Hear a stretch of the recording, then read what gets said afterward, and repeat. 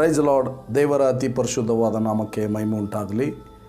ಕರ್ತನಲ್ಲಿ ಪ್ರೀತಿಯುಳ್ಳ ನನ್ನ ಎಲ್ಲ ಸಹೋದರ ಸಹೋದರಿಯರಿಗೆ ಯೇಸು ಕ್ರಿಸ್ತನ ಮಧುರವುಳ್ಳ ನಾಮದಲ್ಲಿ ನಾವು ವಂದನೆಗಳನ್ನು ಸಲ್ಲಿಸುವನಾಗಿದ್ದೀನಿ. ಪ್ರಿಯರೇ, ಮತ್ತೊಂದು ಬಾರಿ ಒಂದು ಹೊಸ ಸಂದೇಶದೊಂದಿಗೆ ನಿಮ್ಮ ಮುಂದೆ ಬರಲಿಕ್ಕಾಗುವಂತೆ ದೇವರು ಕೊಟ್ಟಂಥ ಒಂದು ಮಹಾ ಕೃಪೆಗಾಗಿ, ಪ್ರೀತಿಗಾಗಿ ನಾನು ದೇವರನ್ನು ಕೊಂಡಾಡುವನಾಗಿದ್ದೇನೆ. ಕರ್ತನು ನಿಮ್ಮನ್ನು ಆಶೀರ್ವಾದಿಸಿ ನಡೆಸಲಿ ಎಂಬುದಾಗಿ ನಾವು ಪ್ರಾರ್ಥಿಸುವರಾಗಿದ್ದೇವೆ. ಪ್ರಿಯರೇ, ಈ ವೇಳೆಯಲ್ಲಿ ನಾವು ಒಂದು ಹೊಸ ಸಂದೇಶವನ್ನು, ಚಿಕ್ಕ ಸಂದೇಶವನ್ನು ಧ್ಯಾನ ಮಾಡಲಿಕ್ಕೆ ಹೋಗ್ತಾ ಇದ್ದೇವೆ. ಅದಕ್ಕೆ ಆಧಾರವಾಗಿ ಕೀರ್ತನೆಗಳ ಪುಸ್ತಕ 18ನೇ ಅಧ್ಯಾಯ 1ನೇ ವಚನವನ್ನು ಓದಿಕೊಳ್ಳೋಣ. ಆ ವಾಕ್ಯ ಹೀಗೆ ಹೇಳ್ತದೆ: ನನ್ನ ಬಲವಾಗಿರುವ ಯೆಹೋವನೇ, ನಿನ್ನಲ್ಲಿಯೇ ಮಮತೆ ಇಡುತ್ತೇನೆ. ಪ್ರಿಯರೇ, ನಾವು ಅನೇಕ ಬಾರಿ ಈ ವಚನವನ್ನು ಕೇಳಿದ್ದೇವೆ, ಧ್ಯಾನ ಮಾಡಿದ್ದೇವೆ. ದೇವರಿಗೆ ಸ್ತೋತ್ರವಾಗಲಿ. ಆದರೆ ಈ ಕೀರ್ತನೆಯಲ್ಲಿ ನಾವು ನೋಡುವಾಗ ದಾವೀದನು ದೇವರ ಕುರಿತಾಗಿ ಒಂದು ದಾವೀದನಿಗೆ ಹೇಗೆ ಜಯವನ್ನು ಕೊಟ್ಟಿದ್ದಾನೆ, ಎಲ್ಲ ಶತ್ರುಗಳಿಂದಲೂ, ಸೌಲನ ಕೈಯಿಂದಲೂ ಹೇಗೆ ಜಯವನ್ನು ಕೊಟ್ಟಿದ್ದಾನೆ, ಯಾವ ರೀತಿಯಾಗಿ ದೇವರು ರಕ್ಷಣೆ ಮಾಡ್ತಾನೆ ಎಂಬುದಾಗಿ ಈ ಒಂದು ಕೀರ್ತನೆಯಲ್ಲಿ ಆತನು ವರ್ಣಿಸಿರುವುದನ್ನು ನಾವು ನೋಡ್ತೇವೆ. ಪ್ರಿಯರೇ, ದೇವರ ನಾಮಕ್ಕೆ ಸ್ತೋತ್ರವಾಗಲಿ. ಇಲ್ಲಿ ಈ ವಚನದ ಮೂಲಕ ನಾವು ಅರ್ಥ ಮಾಡಿಕೊಳ್ಳುವಂಥ ಕೆಲವೊಂದಿಷ್ಟು ಸಂಗತಿಗಳನ್ನು ಏನಪ್ಪ ಅಂತ ಹೇಳಿದರೆ, ನನ್ನ ಬಲವಾಗಿರುವ ಯೆಹೋವನೇ ಎಂಬುದಾಗಿ. ನೋಡಿ, ದಾವೀದನ ಜೀವಿತದಲ್ಲಿ ಎಲ್ಲ ಯುದ್ಧಗಳಲ್ಲಿ ಅವನು ಜಯಶಾಲಿ ಆಗಲಿಕ್ಕೆ ಕಾರಣ ಒಂದು, ಆತನು ಯಾವಾಗಲೂ ದೇವರನ್ನು ಮುಂದಿಟ್ಟುಕೊಂಡವನಾಗಿದ್ದನು. ಅದಕ್ಕಾಗಿ ಕೀರ್ತನೆಗಳ ಪುಸ್ತಕ 16-18 ನಾನು ಯೆಹೋವನನ್ನು ಯಾವಾಗಲೂ ನನ್ನ ಮುಂದೆ ಇಟ್ಟುಕೊಂಡಿದ್ದೇನೆ ಎಂಬುದಾಗಿ. ಆದ್ದರಿಂದ ಆತನು ನನ್ನ ಬಲಗಡೆಯಲ್ಲೇ ಇರುವುದರಿಂದ ನಾನು ಎಂದಿಗೂ ಕದರುವುದಿಲ್ಲ ಎಂಬುದಾಗಿ. ಪ್ರಿಯರೇ, ದಾವೀದನ ಜೀವಿತದಲ್ಲಿ ಎಲ್ಲ ಒಂದು ಜಯಕ್ಕೆ ಕಾರಣ ದಾವೀದನು ದೇವರ ಹೃದಯಕ್ಕೆ ಇಷ್ಟವುಳ್ಳಂಥ ಮನುಷ್ಯನಾಗಿದ್ದನು. ಅಂದರೆ ದೇವರಿಗೆ ಮೊದಲನೇ ಸ್ಥಾನ, ದೇವರನ್ನು ಹೆಚ್ಚಾಗಿ ಪ್ರೀತಿಸಿದಂಥ ಒಬ್ಬ ವ್ಯಕ್ತಿಯಾಗಿದ್ದಾನೆ. ದೇವರು ತಾನೇ ಸಾಕ್ಷಿಯನ್ನು ನುಡಿದಿದ್ದಾನೆ. ನಿಮಗೆ ಎಲ್ಲರಿಗೂ ತಿಳಿದಿರುವಂಥ ವಿಷಯ. ದೇವರಿಗೆ ಮಹಿಮೆ ಉಂಟಾಗಲಿ. ಆದ್ದರಿಂದ ಇಲ್ಲಿ ನಾವು ನೋಡ್ತೇವೆ ಪ್ರಿಯರೇ, ಹಳೆ ಒಡಂಬಡಿಕೆಯಲ್ಲಿ ನಾವು ನೋಡುವಾಗ ಒಂದು ಭೌತಿಕವಾದ ಯುದ್ಧಗಳಲ್ಲಿದ್ದರು. ಅನೇಕ ರಾಜರುಗಳನ್ನು ನಾವು ನೋಡ್ತೇವೆ. ಅಲ್ಲಿ ನೋಡುವಾಗ ದೇವರನ್ನು, ಯೆಹೋವನನ್ನು ಯಾರು ಆತ್ಕೊಂಡಿರ್ತಾರೋ, ಆತನನ್ನು ಸಹಾಯಕನಾಗಿ ಯಾರು ಇಟ್ಕೊಂಡಿದ್ದಾರೋ ಅವರು ಏನಂತ ಹೇಳಿದರೆ ಬಲವಾಗಿ ಜಯವನ್ನು ಹೊಂದಿಕೊಂಡರು. ಎಂಥ ಬಲಿಷ್ಠವಾದ ಸೈನ್ಯವೇ ಬರಲಿ, ಎಂಥ ಬಲಿಷ್ಠವಾದ ವ್ಯಕ್ತಿಗಳೇ ಬರಲಿ, ಅವ್ರು ಏನು ಮಾಡಿದ್ರು ಅಂದರೆ ಯೆಹೋವನನ್ನು ಆತುಕೊಂಡವರು ಜಯವನ್ನು ಹೊಂದಿದರು ಎಂಬುದಾಗಿ ನಾವು ನೋಡ್ತೇವೆ. ಪ್ರಿಯರೇ, ನಾವು ಒಂದು ಆತ್ಮಿಕ ಯುದ್ಧದಲ್ಲಿದ್ದೇವೆ, ಆತ್ಮಿಕ ಒಂದು ರಣರಂಗದಲ್ಲಿದ್ದೇವೆ. ಆದ್ದರಿಂದ ನಾವು ಇದೇ ರೀತಿಯಾಗಿ ನಮ್ಮ ಜೀವಿತದಲ್ಲಿ ಬರುವಂಥ ಹೋರಾಟಗಳನ್ನು ನಾವು ಜಯಿಸಿ, ಬರುವಂಥ ಶೋಧನೆಗಳನ್ನು ನಾವು ಜಯಿಸಿ, ನಾವು ಶ್ರೇಷ್ಠ ಹೋರಾಟವನ್ನು ಮಾಡಬೇಕಂತ ಹೇಳಿದರೆ ನಾವು ಕೆಲವೊಂದಷ್ಟು ವಿಷಯಗಳನ್ನು ಗಮನಿಸಿಕೊಳ್ಳೋಣ. ಪ್ರಿಯರೇ, ಇಲ್ಲಿ ದೇವರ ವಾಕ್ಯ ಹೇಳ್ತಾರೆ, ನನ್ನ ಬಲವಾಗಿರುವ ಯೆಹೋವನೇ, ನಿನ್ನಲ್ಲಿ ಮಮತೆ ಇಡುತ್ತೇನೆ ಅಂತ. ಮೊದಲನೇದಾಗಿ ನಾವು ನೋಡೋದಾದರೆ ಒಂದು ಆತ್ಮಿಕ ಯುದ್ಧದಲ್ಲಿದ್ದೇವೆ ಎಂಬುದಾಗಿ ನಾವು ಸ್ಪಷ್ಟವಾಗಿ ಅರ್ಥ ಮಾಡಿಕೊಳ್ಳಬೇಕು. ಯಾಕಂತ ಹೇಳಿದರೆ ನಾವು ಎಫೆಸಿಯವರಿಗೆ ಬರೆದ ಪತ್ರಿಕೆಯಲ್ಲಿ ನಾವು ನೋಡ್ತೇವೆ, 6ನೇ ಅಧ್ಯಾಯ ಅದರ 10ನೇ ವಚನ ಹೀಗೆ ಹೇಳ್ತದೆ: ಕಡೆ ಮಾತನೆಂದರೆ ಕರ್ತನನ್ನು, ಆತನ ಅತ್ಯಧಿಕವಾದ ಶಕ್ತಿಯನ್ನು ಆಶ್ರಯಿಸಿಕೊಂಡು ಬಲಗೊಳ್ಳಿರಿ ಎಂಬುದಾಗಿ. ಪ್ರಿಯರೇ, ದೇವರನ್ನು ಮತ್ತು ದೇವರ ಶಕ್ತಿಯನ್ನು ಆತುಕೊಳ್ಬೇಕಂತೆ. ನಾವು ಆತುಕೊಂಡು ನಾವು ಬಲವನ್ನು ಹೊಂದಬೇಕಂತೆ. ದೇವರಿಗೆ ಸ್ತೋತ್ರ. ಆದ್ದರಿಂದ ನಾವು ನೋಡ್ತೇವೆ, ಯಾಕಪ್ಪ ಅಂತ ಹೇಳಿದರೆ ನಾವು ಹೋರಾಟ ಮಾಡುವಂಥದ್ದು ಆ 11-12ನೇ ವಚನದ ಮನುಷ್ಯದವರ ಸಂಗಡ ಮಾತ್ರವಲ್ಲ, ಬದಲಾಗಿ ಎಲ್ಲ ಅಂಧಕಾರದ ದುರಾತ್ಮಗಳೊಟ್ಟಿಗೆ, ರಾಜತ್ವಗಳೊಟ್ಟಿಗೆ, ಅಧಿಕಾರಿಗಳೊಟ್ಟಿಗೆ ನಾವು ಆಕಾಶಮಂಡಲದ ದುರಾತ್ಮ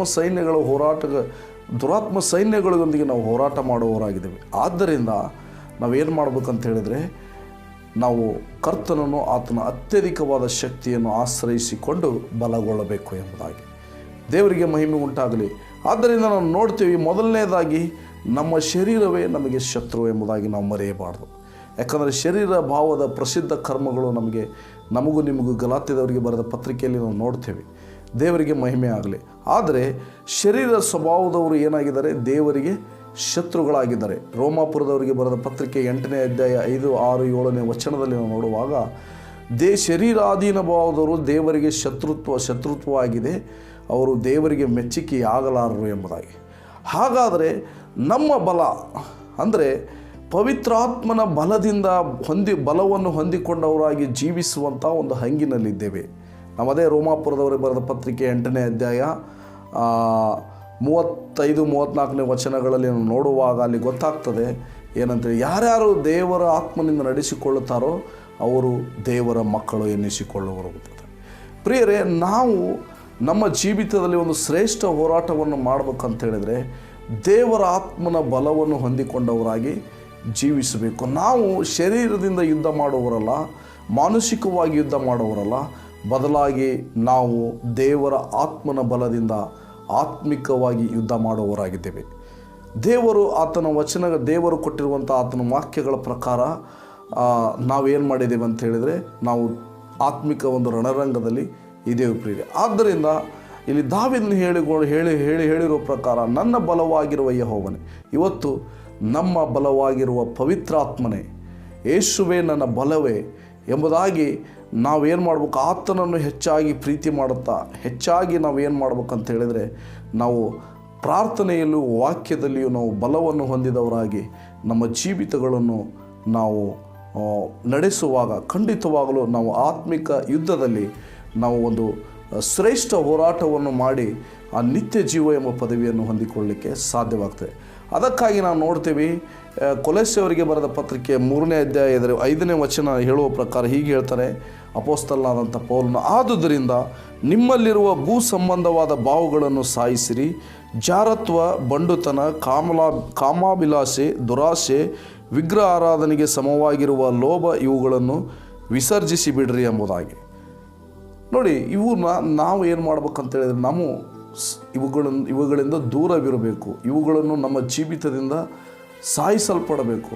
ಆವಾಗ ನಾವೇನಾಗ್ತೇವೆ ಅಂದರೆ ಶ್ರೇಷ್ಠ ಹೋರಾಟವನ್ನು ಮಾಡಲಿಕ್ಕೆ ಸಾಧ್ಯವಾಗ್ತದೆ. ಆದ್ದರಿಂದ ಅಪೊಸ್ತಲನಾದಂಥ ಪೌಲನು 1 ತಿಮೋತಿ 6ನೇ ಅಧ್ಯಾಯ 12ನೇ ವಚನದಲ್ಲಿ ನಾವು ನೋಡುವಾಗ ತಿಮೋತಿಗೆ ಬರೆಯುವಾಗ ಅಪೊಸ್ತಲನಾದಂಥ ಭಕ್ತನಾದಂಥ ಪೌಲನು ಹೇಳುವಂಥ ಒಂದು ಮಾತು ಏನೆಂಬುದಾಗಿ ನೋಡುವುದಾದರೆ, ವಿಶೇಷವಾಗಿ ಎಲ್ಲ ದೇವರ ಮಕ್ಕಳಿಗೆ ಹೇಳುವಂಥ ಮಾತಿದು ಏನಂದರೆ, ಕ್ರಿಸ್ತ ನಂಬಿಕೆಯುಳ್ಳವರು ಮಾಡತಕ್ಕ ಶ್ರೇಷ್ಠ ಹೋರಾಟವನ್ನು ಮಾಡು, ನಿತ್ಯ ಜೀವವನ್ನು ಹಿಡಿದುಕೋ, ಅದಕ್ಕಾಗಿ ದೇವರು ನಿನ್ನನ್ನು ಕರೆದನು ಮತ್ತು ನೀನು ಅನೇಕ ಸಾಕ್ಷಿಗಳ ಮುಂದೆ ಒಳ್ಳೆಯ ಪ್ರತಿಜ್ಞೆಯನ್ನು ಮಾಡಿದೆಯಲ್ಲ ಎಂಬುದಾಗಿ. ನೋಡಿ, ಕ್ರಿಸ್ತ ನಂಬಿಕೆ ಉಳ್ಳವರು ಮಾಡ್ತಕ್ಕಂಥ ಶ್ರೇಷ್ಠ ಹೋರಾಟ ಯಾವುದು ಎಂಬುದಾಗಿ ನಾವು ನೋಡೋದಾದರೆ ಪ್ರಿಯರೇ, ದೇವರ ಆತ್ಮನಿಂದ ನಡೆಸಿಕೊಳ್ಳುವುದು, ದೇವರ ಬಲದಿಂದ ಪ್ರೈಸ್ ಗಾಡ್ ನಾವು ನಡೆಸಿಕೊಳ್ಳುವಂಥ ಒಂದು ಹೋರಾಟ ಮಾಡುವಂಥ ಒಂದು ಹಂಗಿನಲ್ಲಿದ್ದೇವೆ. ನಾವು ನೋಡ್ತೀವಿ, ಈ ನಮಗೂ ನಿಮಗೆ ಗೊತ್ತಿರುವಂಥ ಒಂದು ವಾಕ್ಯ ಅಪೊಸ್ತಲ ಕೃತ್ಯಗಳಲ್ಲಿ 1ನೇ ಅಧ್ಯಾಯ 8ನೇ ವಚನದಲ್ಲಿ ನೋಡುವಾಗ ಕರ್ತನು ತಾನು ವಾಗ್ದಾನ ಮಾಡಿದಳು. ಅಪೊಸ್ತಲರಿಗೆ ಏನು ವಾಗ್ದಾನ ಮಾಡಿದರು? ನೀವು ಯೆರೂಸಲೇಮಲ್ಲಿ ಕಾಯ್ದುಕೊಂಡಿರ್ರಿ, ನಿಮ್ಮ ಮೇಲೆ ಪವಿತ್ರಾತ್ಮನ ಬಲ ಬರುವುದು ಎಂಬುದಾಗಿ. ಪ್ರಿಯರೇ, ಕಾಯ್ದುಕೊಂಡಿರುವುದು ಎಂಬುದಾಗಿ ಅದರ ಅರ್ಥ ಏನೆಂಬುದಾಗಿ ನಾವು ನೋಡುವುದಾದರೆ, ವಾಕ್ಯದಲ್ಲಿಯೂ ಪ್ರಾರ್ಥನೆಯಲ್ಲಿ ಅವರು ಏನಾಗಿದ್ದರು? ನಿರತರಾಗಿದ್ದರು. ಕಾಯುವುದು ದೇವರಿಗಾಗಿ, ಅಂದರೆ ದೇವರ ಬಲವನ್ನು ಹೊಂದಿಕೊಳ್ಳುವುದಕ್ಕೆ ನಾವು ಏನು ಮಾಡಬೇಕು? ದೇವರ ಸನ್ನಿಧಾನದಲ್ಲಿ ಕಾಯಬೇಕು. ಆವಾಗ ಏನಾಗ್ತದೆ? ಪವಿತ್ರಾತ್ಮನ ಬಲವನ್ನು ನಾವು ಹೊಂದಿಕೊಂಡು ನಮ್ಮ ಜೀವಿತವನ್ನು, ಯಶಸ್ವಿಯಾದ ಜೀವಿತವನ್ನು ಜೀವಿಸಲಿಕ್ಕೆ ಸಾಧ್ಯವಾಗ್ತದೆ ಪ್ರಿಯರೇ. ಯಾಕಂದರೆ ನಾವು ಮರಿಬಾರ್ದು, ನಾವು ಆತ್ಮಿಕ ಒಂದು ಯುದ್ಧದಲ್ಲಿದ್ದೇವೆ. ನಮ್ಮ ಶರೀರ ಭಾವಗಳನ್ನು ಸಾಯಿಸಲಿಕ್ಕೆ ಸಾಧ್ಯವಾಗ್ತದೆ. ಅದಕ್ಕಾಗಿ ಯೇಸು ಕ್ರಿಸ್ತರು ಏನು ಮಾಡಿದ್ರು? ಪ್ರತಿನಿತ್ಯ ಅವರು ಇನ್ನೂ ಮಬ್ಬಿರುವಾಗ ಅಡವಿ ಸ್ಥಳಕ್ಕೆ ಹೋಗಿ ಪ್ರಾರ್ಥನೆಯಲ್ಲಿ ಬಲವನ್ನು ಹೊಂದುತ್ತಿದ್ದರು. ತಂದೆಯಾದ ದೇವರೊಂದಿಗೆ ಒಂದು ಅನ್ಯೋನ್ಯತೆಯನ್ನು ಹೊಂದಿಕೊಳ್ತಾ ಇದ್ದರು ಪ್ರಿಯರೇ. ನಾವು ಪ್ರತಿನಿತ್ಯ ದೇವರೊಟ್ಟಿಗೆ ನಾವು ಪ್ರಾರ್ಥನೆಯಲ್ಲೂ ವಾಕ್ಯದಲ್ಲಿಯೂ ಸಂಭಾಷಣೆಯಲ್ಲಿ ನಿರತವಾಗಿರ್ತೇವೋ ಆ ದೇವರ ಬಲವನ್ನು ಹೊಂದಿಕೊಳ್ಳಲಿಕ್ಕೆ ಸಾಧ್ಯವಾಗ್ತದೆ. ಆವಾಗ ನಮಗೆ ಪ್ರತಿನಿತ್ಯ ದಿನದಿಂದ ದಿನಕ್ಕೆ ನಮ್ಮಲ್ಲಿ ಪವಿತ್ರಾತ್ಮನ ಬಲ ಹೆಚ್ಚಾಗುತ್ತಾ ಹೋದಾಗ ನಾವು ಕ್ರಿಸ್ತನ ಸ್ವರೂಪಕ್ಕೆ ನಾವು ಬರುವಂಥವರಾಗಿದ್ದೇವೆ. ಆವಾಗ ನೋಡ್ರಿ, ನಾವು ಸಕಲ ವಿಧವಾದ ಹೋರಾಟಗಳನ್ನು ನಾವು ಜಯಿಸಲಿಕ್ಕೆ ಸಾಧ್ಯವಾಗ್ತದೆ. ಶ್ರೇಷ್ಠ ಹೋರಾಟವನ್ನು ಮಾಡಲಿಕ್ಕೆ ಸಾಧ್ಯವಾಗ್ತದೆ. ನಮ್ಮ ಆತ್ಮಿಕ ಯುದ್ಧದಲ್ಲಿ ನಾವು ಏನು ಮಾಡಲಿಕ್ಕೆ, ಒಂದು ಶ್ರೇಷ್ಠ ಹೋರಾಟವನ್ನು ಮಾಡಿ ನಾವು ಆ ನಿತ್ಯ ಜೀವ ಎಂಬ ಜಯಮಾಲೆಗೆ ನಾವು ಹೋಗಲಿಕ್ಕೆ ಸಾಧ್ಯವಾಗ್ತದೆ ಪ್ರಿಯರೇ. ಆದ್ದರಿಂದ ಇಲ್ಲಿ ದಾವೀದನು ಹೇಳುವ ಹಾಗೆ, ನನ್ನ ಬಲವಾಗಿರುವ ಯೆಹೋವನೇ ನಿನ್ನಲ್ಲಿ ಮಮತೆ ಇಡುತ್ತೇನೆ ಎಂಬುದು ಹೇಳುವ ಪ್ರಕಾರ ಇವತ್ತು ನಮ್ಮ ಬಲವಾಗಿರುವ ಯೇಸುವೇ ಪವಿತ್ರಾತ್ಮನವರೇ, ನಾವು ನಿಮ್ಮಲ್ಲಿಯೇ ಮಮತೆ ಇಡುತ್ತೇನೆ. ಈ ಲೋಕದ ವಸ್ತುಗಳ ಮೇಲೆ ಅಲ್ಲ, ಲೋಕದ ಕಾರ್ಯಗಳ ಮೇಲಲ್ಲ, ನನ್ನ ಶರೀರದ ಇಚ್ಛೆಗಳ ಮೇಲಲ್ಲ, ನಾನು ಏನು ಬಯಸ್ತೇನೆ ಅದರ ಮೇಲಲ್ಲ, ಆದರೆ ದೇವರ ವಾಕ್ಯ ಏನು ಹೇಳುತ್ತದೋ ಅದರ ಮೇಲೆ ನನ್ನ ಮಮತೆ ಇಡುತ್ತೇನೆ ಎಂದು ಹೇಳುವಾಗ ಖಂಡಿತವಾಗಲೂ ದಾವೀದನು ಹೇಗೆ ಎಲ್ಲ ರೀತಿಯಲ್ಲೂ ಜಯವನ್ನು ಹೊಂದಿದನೋ ಹಾಗೆ ನಮ್ಮ ಜೀವಿತದಲ್ಲಿ ನಾವು ಜಯವನ್ನು ಹೊಂದಿ ಜಯಶಾಲಿಗಳಾಗಿ ಆ ದೇವರಿಗೆ ಸಾಕ್ಷಿಗಳಾಗಿ ನಾವು ದೇವರ ಮಕ್ಕಳಾಗಿ ಅನೇಕರನ್ನು ಕ್ರಿಸ್ತನಿಗೋಸ್ಕರ ನಾವು ಅನೇಕ ಆತ್ಮಗಳನ್ನು ಗೆಲ್ಲುವುದಕ್ಕೆ ಪ್ರಿಯರೇ ಸಾಧ್ಯವಾಗ್ತದೆ. ಆದ್ದರಿಂದ ಈ ವಾಕ್ಯದ ಮೂಲಕ ದೇವರು ನಿಮ್ಮನ್ನು ಧಾರಾಳವಾಗಿ ಆಶೀರ್ವಾದ ಮಾಡಲಿ.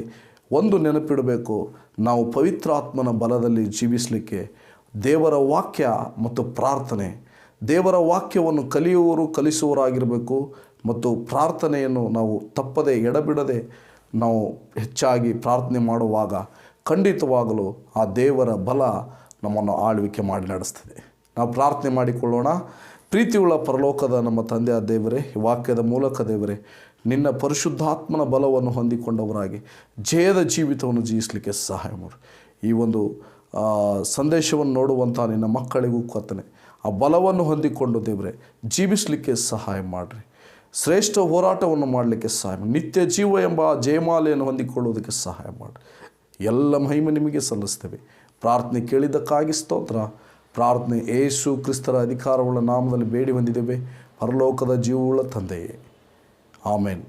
Thank you. God bless you.